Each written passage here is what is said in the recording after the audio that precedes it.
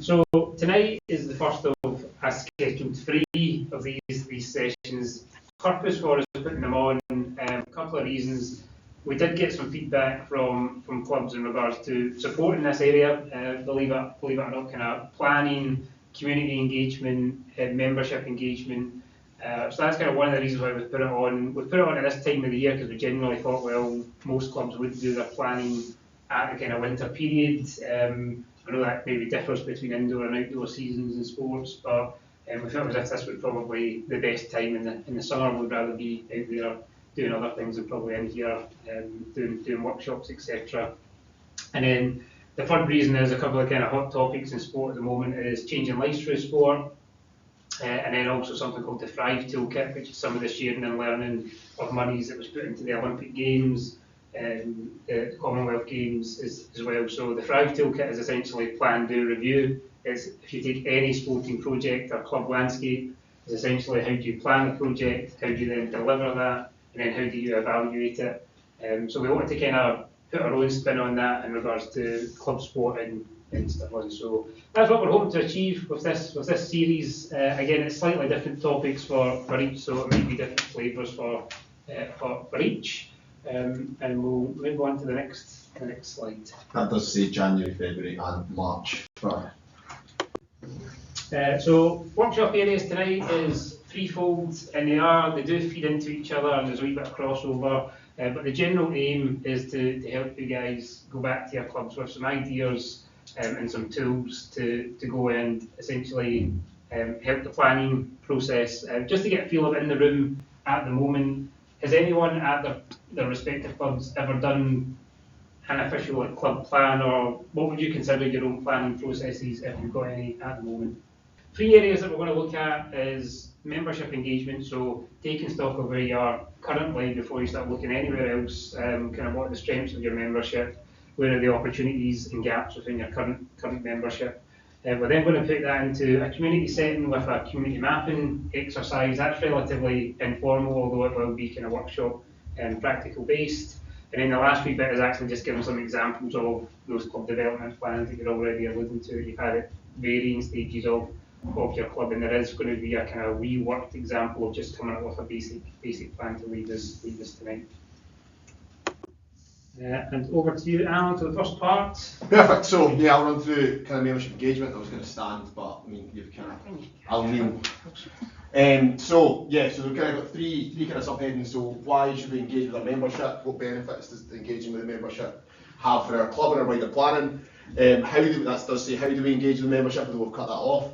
And the last part will be what do we do with the feedback gathered by the members. So basically going through the 3 steps. Why are we engaging? How do we engage, and then what do we do with the kind of feedback that we get? So, why do we engage? Bread and butter. So, your membership is the kind of bread and butter of your club. They obviously pay the fees, which help us do run the facilities. They help us obviously populate coaching programs. They basically do everything to make our club work. A good kind of changing lives through sport club will then use some of that money, some of the stuff brought in to go out and do community outreach, or to do school tasters, or to get coaches deployed into different settings. So just a little quick point on that obviously the members are the main thing that make our clubs tick. So making sure they're happy is also really important. But obviously I'll go into a wee point in a minute around about some of the moaners that obviously if the majority of the membership are happy, then great. Engagement with the memberships is obviously going to allow us to do that. So how do we kind of go on and do that, I think was the next point. Mm-hmm. So we're going to have a little bit of conversation at the moment. I've put down 10 minutes, I've probably a lot quicker because there's only 2 of these. So some of the chat is how do you currently engage with your membership? What kind of processes do you do, or how do you engage your membership? And then we'll kind of move on to a few different kind of examples and move on a little bit further after that. So do any of your clubs at the moment, do you engage with your membership on a kind of wider basis? Yeah, we've got a couple of, I mean we're fairly small and we sort of generally know each other, so we've generally got sort of 2 things we try and do. We normally have like an informal gathering every sort of 3 to 6 months, and we usually just see how things are going with everyone that's coming there. So it's that's more the longer term members who are coming through all of that, and it's really just about seeing what's happening in the club, how we're structuring lessons, whether we're sort of ticking people's boxes in terms of what they want. But we also, when we get new people through, we try and have a conversation with them after about a month or two to see how they're going, because we're very conscious that judo's a very intimidating sport for a lot of different people. So if somebody steps through that door that first night, that's a big step for them. So it's really about sort of just finding out how they're finding the experience, because I mean, I've been doing judo for 10 years, a lot of the other guys have been doing it for 20, 30 years, some of the older senior members, so, you know, we're fairly blasé, they'll get barreled about and things like that, but for someone who's not used to it, it's a completely different experience, so. You've obviously got about 50 hats with curling, is probably the kind of main one. Well, curling's the main one. I mean, certainly if I just talk about Bridge of Allen, it's the same process as most curling clubs. Because we have to book our ice through the ice allocation system, run by Active Selling, headed up by Duncan.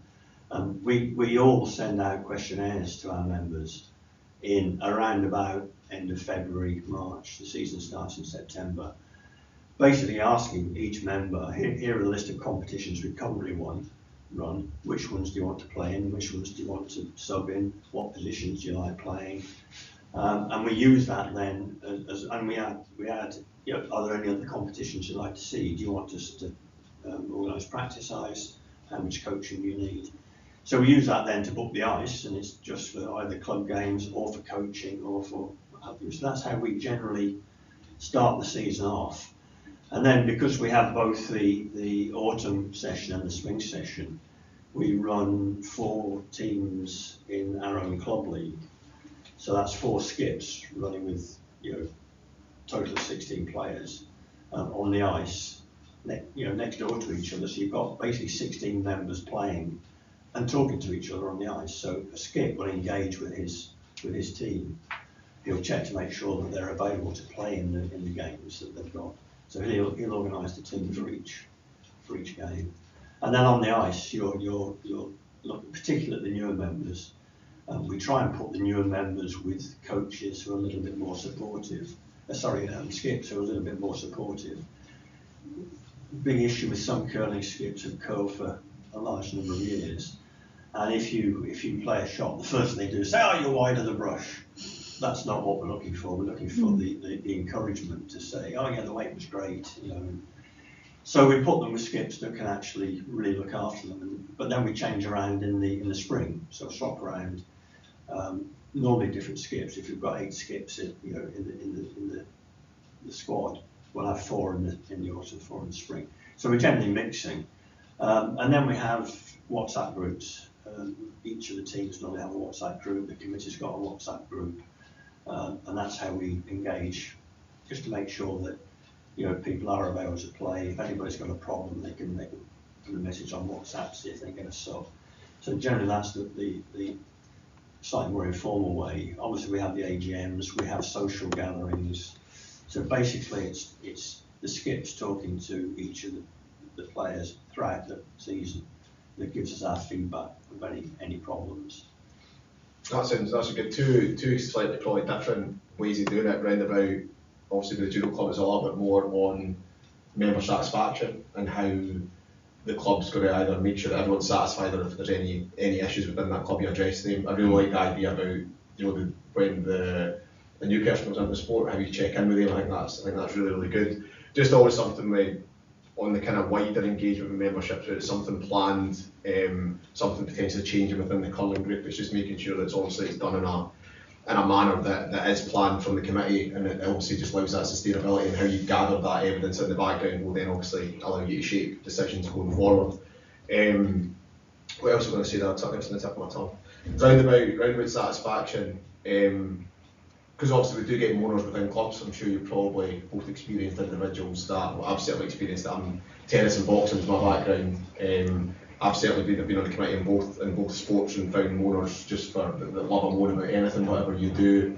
Obviously you can't do wrong for right, and occasions worked in golf as well for a while, but they were absolutely terrible for a lot of that kind of stuff. You always get moaners in golf clubs, but again, it's how we take that in the most positive sense. If there is something that's also recurring throughout a lot of the membership, it's how you address that in the committee, because obviously everyone's voice is important within that club setting. So thanks, Chris. I think the other thing, sorry, just going back to the way that we certainly operate, is we're an ageing population in curling. The average age is quite high.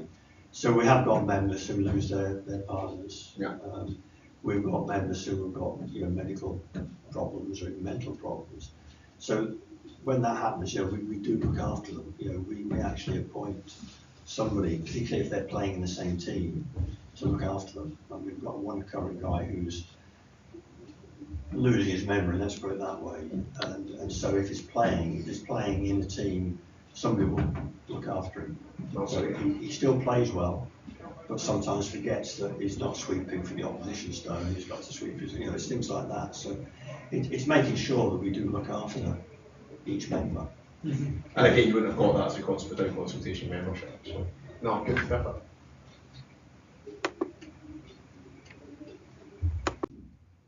So what do you do with it? So obviously you've kind of had a couple of working examples there that obviously you've had feedback that individuals in the club are struggling and you put things in place. But how do we document the kind of feedback that we get? Is it, as you say, quite informal? Is there kind of minutes taken within that you obviously that can then obviously give us the main body of a potential development plan? What do you do with feedback? Well, everything goes through our committee. So if I, as a member of the committee, hear of anything, I'll put it on the agenda for the next meeting. Yeah. So it's minuted. So we come up with a plan and whatever the problem is, discuss it, decide on a solution, document it, and then operate it if we can. Yeah. Yeah, I mean, we're fairly informed. We're lucky because we get like this natural sort of 15-minute crossover between the juniors and the seniors class where all the executive are there. Yeah. So we sort of have this natural just conversation. Which has benefits. Which is actually really, really good. Yeah. So I mean, we've got like that kind of level where it's sort of almost like the macro level of the club where someone's come up with an idea or something to do it. And for a lot of it, it's actually things like social activities and things like that that people want to do around the club with the people at the club because we pick up like some students and other people who are sort of out of town and things like that have moved to Stirling, so that's really good. And then you've got the in-class stuff where we've probably got people who come because they want to learn judo for judo. We've got people who come because they want to learn judo to improve their Brazilian jiu-jitsu stand-up, or we've got people who just want to come and try something else and have a go at that. So, and that's really just informal stuff, the sort of technical stuff you get from being on the mats with them and having conversations. And for me, that's just for me as a coach, sort of action. Sort of, I've got 3 people I know who are doing it, but they do BJJ and I want to do on that. So there's things that we feed them as drills or present drills for them in a certain way. It's beneficial for that. Mm-hmm. So hopefully they keep coming back because they hear the benefits of it. Yeah. So. No, I think good. Again, there's nothing wrong with formality with stuff like that. It's just making sure that obviously if feedback is asked for from membership, again, as long as that is informed decisions going forward and they're not sitting there going, well, I forgot about that or didn't minute it or whatever. At least it's a track record for you guys to keep track of yourself, but also your feedback back to the members that that work is actually getting done and getting put in place. Just a couple of bits on the membership ads. I think then where possible the informal stuff is actually where you get the best information. You can be surveyed today, particularly in the kind of public sector and the sporting club landscape. We're certainly guilty of it. It just doesn't be like a survey.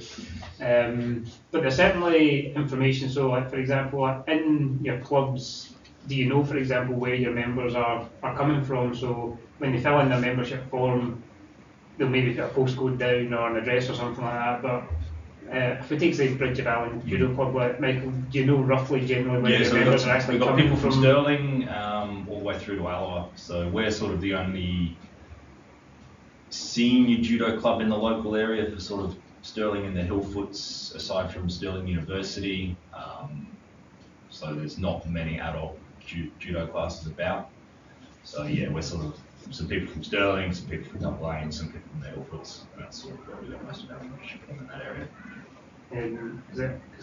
Well, yeah, the questionnaire that goes out, the first thing is name, address, telephone numbers, contact details. Mm-hmm. Changes only, so if you fill it in and haven't moved and you haven't changed your phone number, you leave it blank, but it can change. So, but curling's changed, as you're probably aware, that every community, every village had its own curling pond in the old days when we had heavy frosts and cold winters. Now, most curling clubs are open to curlers from anywhere. I mean, Bridge of Allen, we're as far as fields Cumbernauld, Dollar, Falkirk. Don't blame Bridge of Allen mainly, but you know, we are, and it's the same with most other clubs. They're now looking for people, you know, they take people from wherever. It's work colleagues, you know, even if they don't live in the same community, if they work together, they might come to curling together and join the same club. It's really interesting data, particularly around about the change in lives piece, where, for example, within Stirling we've got 8 locality action plan areas, where we've all got targets to do to increase provision for sport within these areas that suffer barriers to participation. So if, for example, you've got individuals within that club, you might have a percentage of, say, 10% that are coming from some of these communities that we obviously work quite heavily with. That's probably a decent enough number to put that as part of a stat in terms of a funding application you're potentially going for. Or could you engage within that community a little bit more to try and, if you've got existing members that say, for example, you're in Bridge of Allen, I take it, for example, if you've got a couple of individuals coming from Clean, could you do a little community tasting in Clean to then try and engage some more individuals to come across? They might have transport barriers, they could share lifts. It's just all those kind of things, thinking outside the box a little bit more will just enable you to just be that little bit more well-rounded as a club. It is a lot of work and it's hard, and obviously your volunteers, which is the kind of biggest thing, but certainly the mapping exercise we do later on, it's quite interesting when you type in postcodes to see what demographic people are living within, and the SIMD scales certainly quite interesting to look at what the kind of backgrounds and stuff of your membership are. Yeah, and then just in that kind of similar vein as well, like kind of professions or interests of your members as well. If you've got someone in your membership who's a graphic designer, for example, there's probably a good chance you could get some really good marketing materials out of them, or someone who's in the finance industry or accounting is probably a good person to go and ask if they'll do the books for you, and these sorts of things that might not be in your traditional membership, but you might get from a survey or just these kind of informal conversations as well. So that was really just a wee conversation starter just to warm us up for the evening. It is a bit of a given, talk to your own membership before you start looking elsewhere, but it's good to hear that there are those processes in. One for our listeners as well, who obviously aren't within the room, certainly something in the golf club that I worked in previously. I worked in the corporate side of a golf club. We subsidised memberships for those that are trades, so like a gas engineer that if the boiler went kaput, then he was the one that came and fixed it, and joiners, electricians, okay, you guys maybe don't have your own facilities, and they're run by obviously that's still in potential. Is it a county facility you've got? Yeah, we're in the Allen Centre. In the Allen Centre, so I mean that stuff's maintained, but for also the ones that are potentially tuning in afterwards, it's going to be a decent shout with that. Yeah. Okay, so moving on from one more there. So moving on from our internal membership into our community. So we're going to do a community mapping exercise. So essentially the idea of this is every community is different. There are several groups and services and institutions. So you might think of a community. What would you expect to find in a community? What sort of buildings, places? Well, schools, shops, Schools, houses, obviously, yeah. library, Community centres, these sorts of things. So essentially what we're trying to do in the next kind of 20 minutes or so is you have 10 minutes just on your own devices, phones. There's 2 or 3 ways you can kind of go about this. Now, you can pick an anonymous community. So when we did this through our own training, I think we just did top of the town, because again, it's a kind of central area that has no club landscape. Do you know what they're worked on for that day? Yeah. She was like, I would quite like to find out what's in my communities. Because the top of the town is really interesting. So you can pick a community in which there is no club landscape in the top of the town, but there's loads of community activities, churches, day centres, services run by the council, organisations that you can connect in with, and actually a large body of people that don't necessarily have something on their doorstep for sport that your club might be really, really appealing for them to get transport from the bus station, etc. So that's what we did it for. It's a relatively condensed area as well, so you can cover a lot of ground in a short space of time. But in a very kind of simple, if you just get kind of pick a community, it could be your own community, or could be anywhere in the world. It's really just to get into that kind of mindset that you can take back to your club. Is go on Google Maps, zoom in, see what comes up in the wee sticky places, the wee kind of marks, And what we're trying to do is trying to ascertain what groups are you aware are there, what is new information to you, what groups have you maybe already connected with your own club, and then just really blue sky thinking in regards to how could we connect with this organisation, this group. So maps, one of them. If you feel as if in your area the map's a wee bit rubbish, because sometimes it just comes up with all the bars and restaurants and whatnot, then SVE, which is the local third sector interface, is a good website that gives loads of community groups, or just again Google your community and community groups, services, etc., and just see what you come up with. And again, we're talking really blue sky thinking here. So, for example, did anyone know that there's a Polish butcher's in top of the town? I did. Janelle does. Is that your community, Janelle? Yeah. So, like, one Polish-run shop in the entirety of Stirling probably has its own micro-community of people who just from going in and having a conversation, you never know what could come on. Can we have our poster in your shop? Maybe just taking that step could go quite a long way. So that's just a wee example of something in Stirling. So we'll give you 10 minutes, have some water, have a biscuit please, and then just jot anything down. We'll come round and have some conversational pieces, and then we'll come back and see what we find. So, so building off of membership engagement, community mapping, we're now just talking about why do we actually plan? Why, as human beings, do we make plans? Why are they a thing? So, to give some examples of planning, the first one is holidays. So these are two light bulbs. And what does the first light bulb say? Working over the holidays. And it says on and off. It's a light. Christmas light. So we plan for holidays. This is meal prepping. This is a slice of pizza every day for a week. So some people like to plan their food, plan their days, their meals. Who's this? Who's that, Alan? It looks like Ronald Sullivan. Oh, But it's not. this is a really effective way of dating your audience. I thought this would go down the storm. I grew up on Blackadder. I'm not one Blackadder once. So that's Baldrick. Baldrick was always coming up with curry. Doesn't look like Ronald Sullivan though. No, No. no, it doesn't. He's on a bad day. He's on a bad day. So some people are scheming and use plans in the wrong way. And then one that we can all probably relate to is in the group chat, we're always planning. So in the group chat for the curling, is there always plans for these lunches and who can make it and what time and what day? So I think we're all ingrained.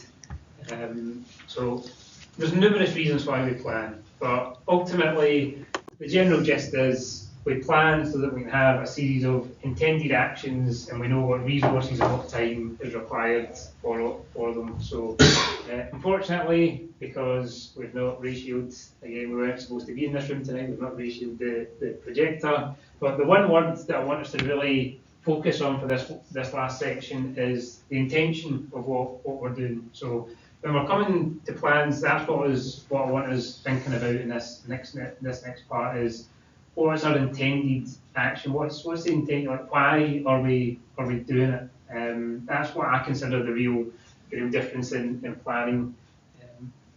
Slides, please, Alan. See, I've highlighted the word intended. Between Baldrick and this, it's going a dream.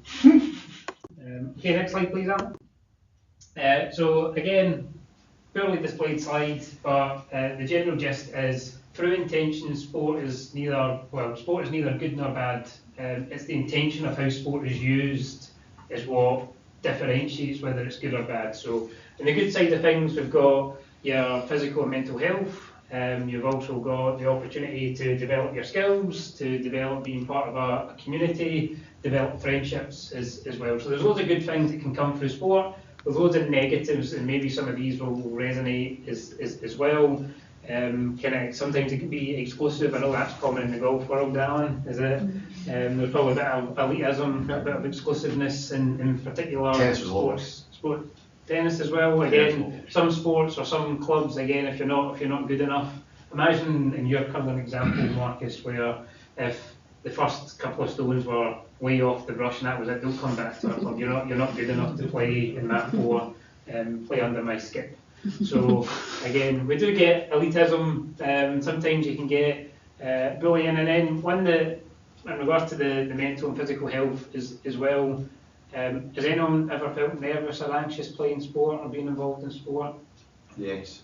Cool as a cucumber. There was that no round ball upbringing. That's what it's been ingrained in you. But Big one for me was mental health expectation. So I would say lucky enough, but I played at a relatively good level of tennis when I was younger. Had a little bit of expectation from coaches, parents, etc. And I really struggled to kind of manage that. And again, it's something that I've never properly went back to competitive sport purely because I've got that in me, that I've put too much pressure on myself, or I've had a lot of pressure put on me. So that's certainly something that you'll see me doing a lot of recreational sports, or sports that I can compete with myself, but not others.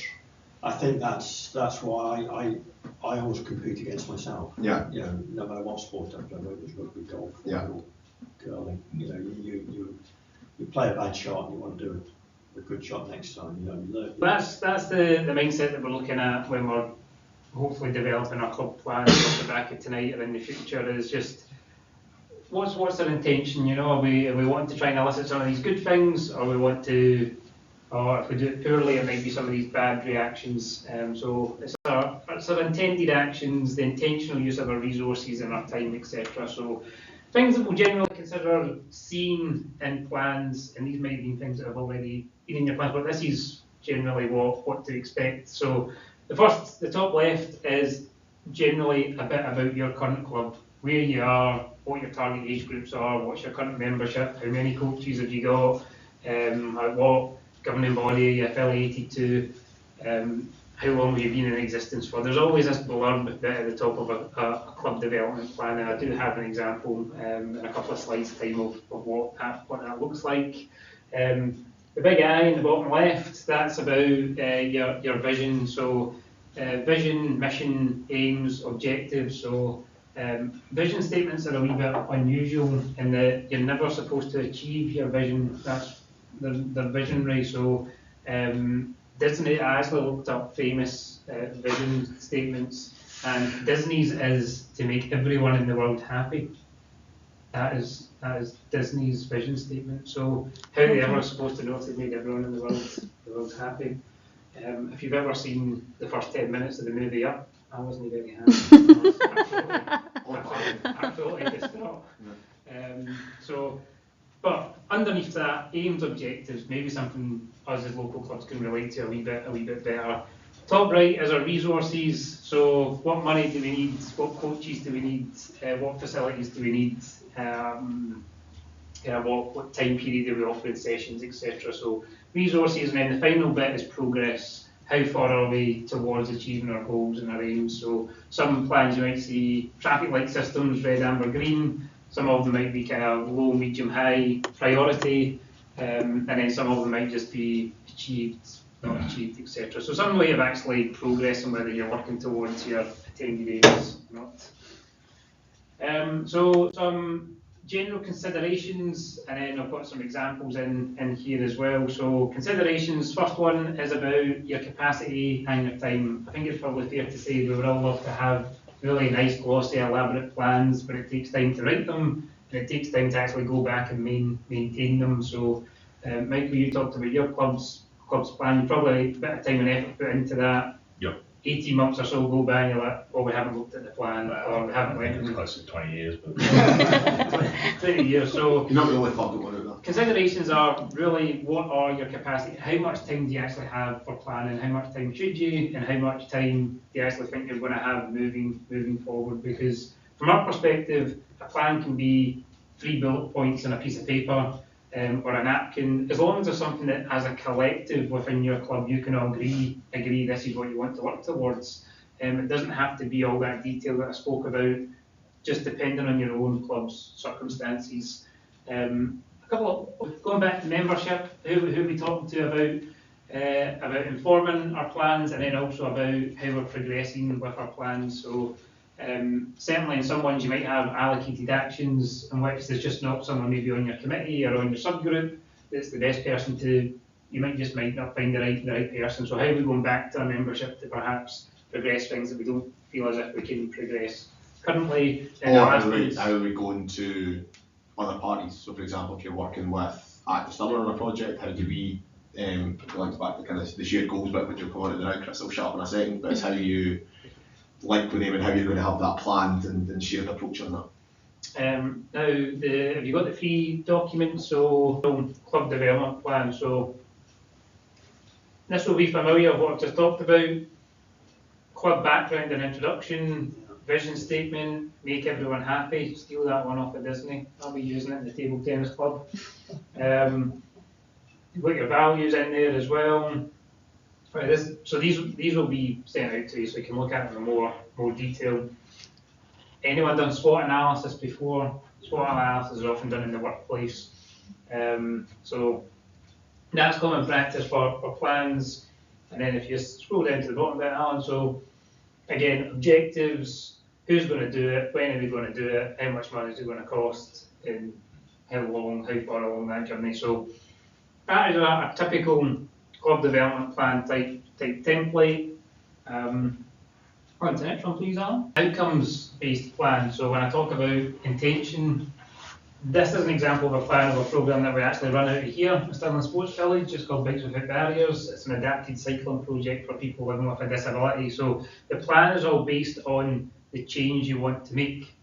So if I use your example, Michael, of keen to get more women through, so that would be an output more than like we have more female members, but the change might actually be within the club. What we want to do is create a greater sense of belonging within the club, or we might want to increase skills, or we might want to increase social connections within the club. A byproduct of that might be you get more female members, but actually you're focused on, let's say, these outcomes, which is the change.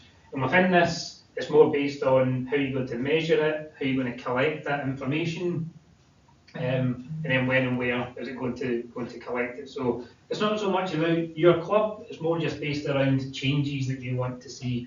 So if you scroll down a little bit, Alan,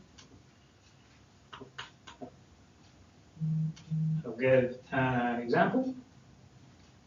Okay, if you stop there. So you'll see the outcome for this one here is participants have an improvement in feelings of well-being. So there's nothing in here about number of participants, there's nothing in here about actually how we're trying to have male or female or anything along those lines. Generally what we're trying to measure is this activity making them feel happier? Is it making them talk more? Is it making them laugh? Are they engaging more with their carers and their family? That was really what we were trying to do with this plan. So it's a different way of doing it. The third plan, of which I sent Alan the wrong document, apologies again, is a strategic plan. So a strategic plan is which you'll take, say, Stirling Council Sport, Physical Activity and Healthy Living Strategy, free plug there for the council. So you'll take a pre-existing strategic document, could be Sport Scotland's, it could be the Active Scotland framework from the government, and then you as a club go along that strategic document and say how much you can connect with those existing priorities and strategies. So the Active Scotland framework, one of them is we want to make people more active more often. Would you say that's a high priority for your club, low priority, or a medium priority? If it was a medium one within the Stirling Council plan, there's one about school extracurricular sessions that you would say that's a high priority for us because we've got more young people and we want to get more engaged with the school. So that's taking a pre-existing plan and really just drawing straight lines to say we like this isn't so relevant for us. And there's an example that's from Kirkcaldy Rugby Football Club, in which they took Fife's equivalent plan in regards to community planning and healthy living as well, and just kind of said, yes, we like these areas, we can help. And generally that helps you get funding for stuff, because it shows that you're connecting something into a wee bit bigger than yourself. And generally it helps you get the buy-in of partners and other organisations, because you're thinking slightly differently. So, and I've just kind of put in there at the bottom, why are you doing it? So the exercise that we're going to do for this one is, now you can decide to do outputs or outcomes here.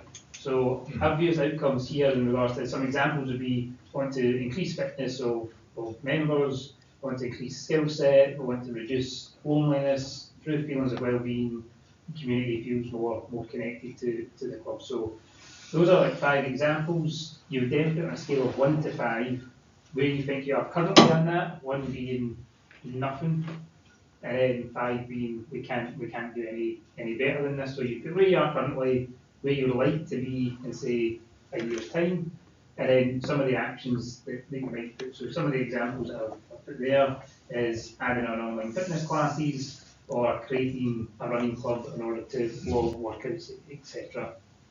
So those are some examples of some outcomes. Here is an example here of one I don't know if Aberfoyle Bowls Club last year. So they decided to go more down the outputs route instead of the outcomes. So they've just said increase junior activity at the club.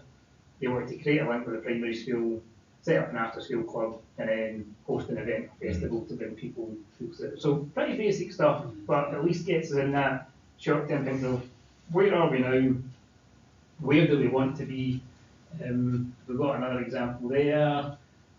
So we've got start indoor bowls. Again, they weren't doing indoor bowls, but desirable was just to look at spaces and places to do it, get the kit to do it, run a pilot session with some of the actions.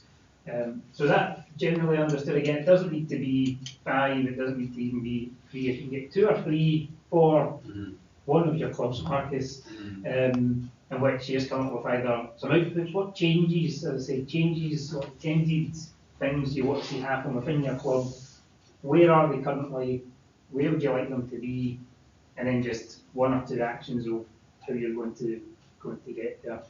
And this is just something to take away for getting in this way of thinking, not only for outcomes, but then also how we measure and change and some of those things that I alluded to for timelines, actions, etc. So is that okay? We'll do another 10 minutes and then we'll come back for some discussion just to round us off. And we'll keep this up here and you can flip through it. Just go back to the outcomes one. On what I've been told from Evaluation Support Scotland, to write an outcome, it needs a who, a what, and a how. So a who, a who here, senior team, a what is fitness, and then a how is increased. That generally they justify to write an outcome, which I think I've got in the top somewhere along those. But how do you think, even if you just going on to number 4, improved feelings, but how do you measure that, I guess, is the... Yes, so what we used for Bikes Without Barriers is, again, on Evaluation Support Scotland's website, there is a list of tools that we would use. So in that programme we used observation sheets. So people who are either familiar, friends, family members, that when they were out cycling, they essentially said where were they pre-activity and then during activity, and then measured it on a scale of 1 to 5. How much are they talking? How much are they concentrating? So the action might be figure out how to measure this. That might be the first action. Or just generally that last section about different ways and means to go about development planning. Does some of it resonate? Is there something that you think is better than others for your own club? Again, we're not trying to be prescriptive because again, I think it's actually the community mapping is something really good because it's not really something like even just doing that. I was like, oh, we should have thought of that. We should have thought of that. We should have actually been doing something in co-op because it's right next door to where we are.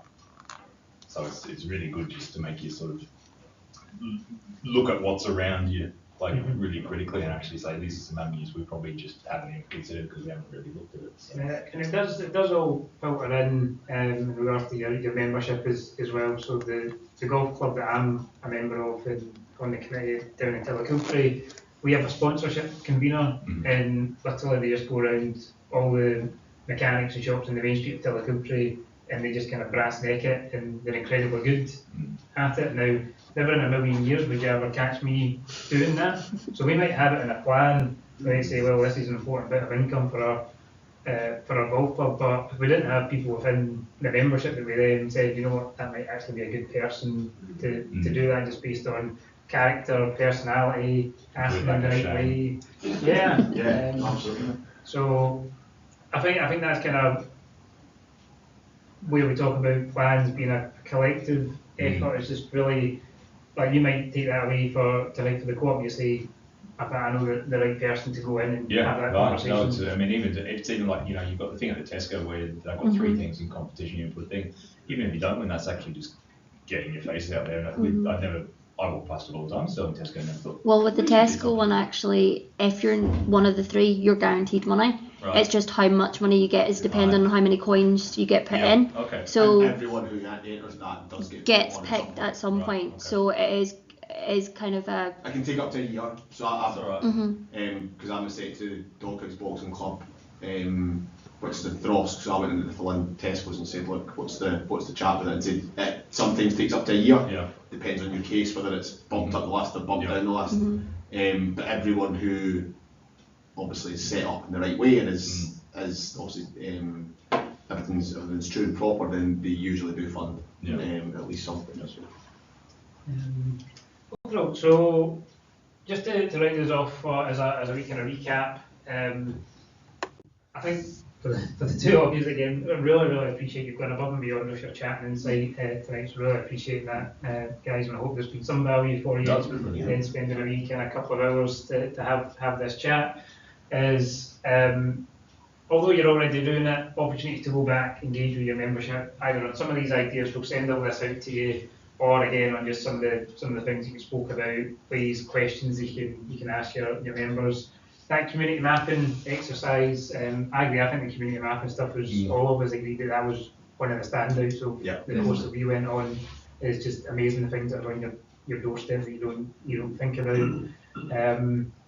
Always remember just the intentional use of sport, and again how we promote our clubs and how we're trying to set up our plans in certain ways to be as welcoming as possible, and then developing a plan that works for you. So again, it doesn't need to be these long 5-6 page documents. It can be what you've just written tonight, is that we want to increase some skills and we want to improve the amount of coaches that we've got, and the confidence of those coaches. That's plan's a plan at the end of the day, as long as it's got that right intention towards it. Anything that we've talked about tonight, again, this was just kind of surface level for a couple of hours. We're more than happy to come out to committee meetings, club planning. That was maybe the wee bit that we missed out on the conversation earlier, is you asked Marcus about how do you find out about all of the information, the active still in services, etc. Unfortunately, we're maybe still a wee bit old school, is it just having a conversation and a wee coffee. We do try and get out and meet clubs where we can, but that's our best way to mind dump information on you. So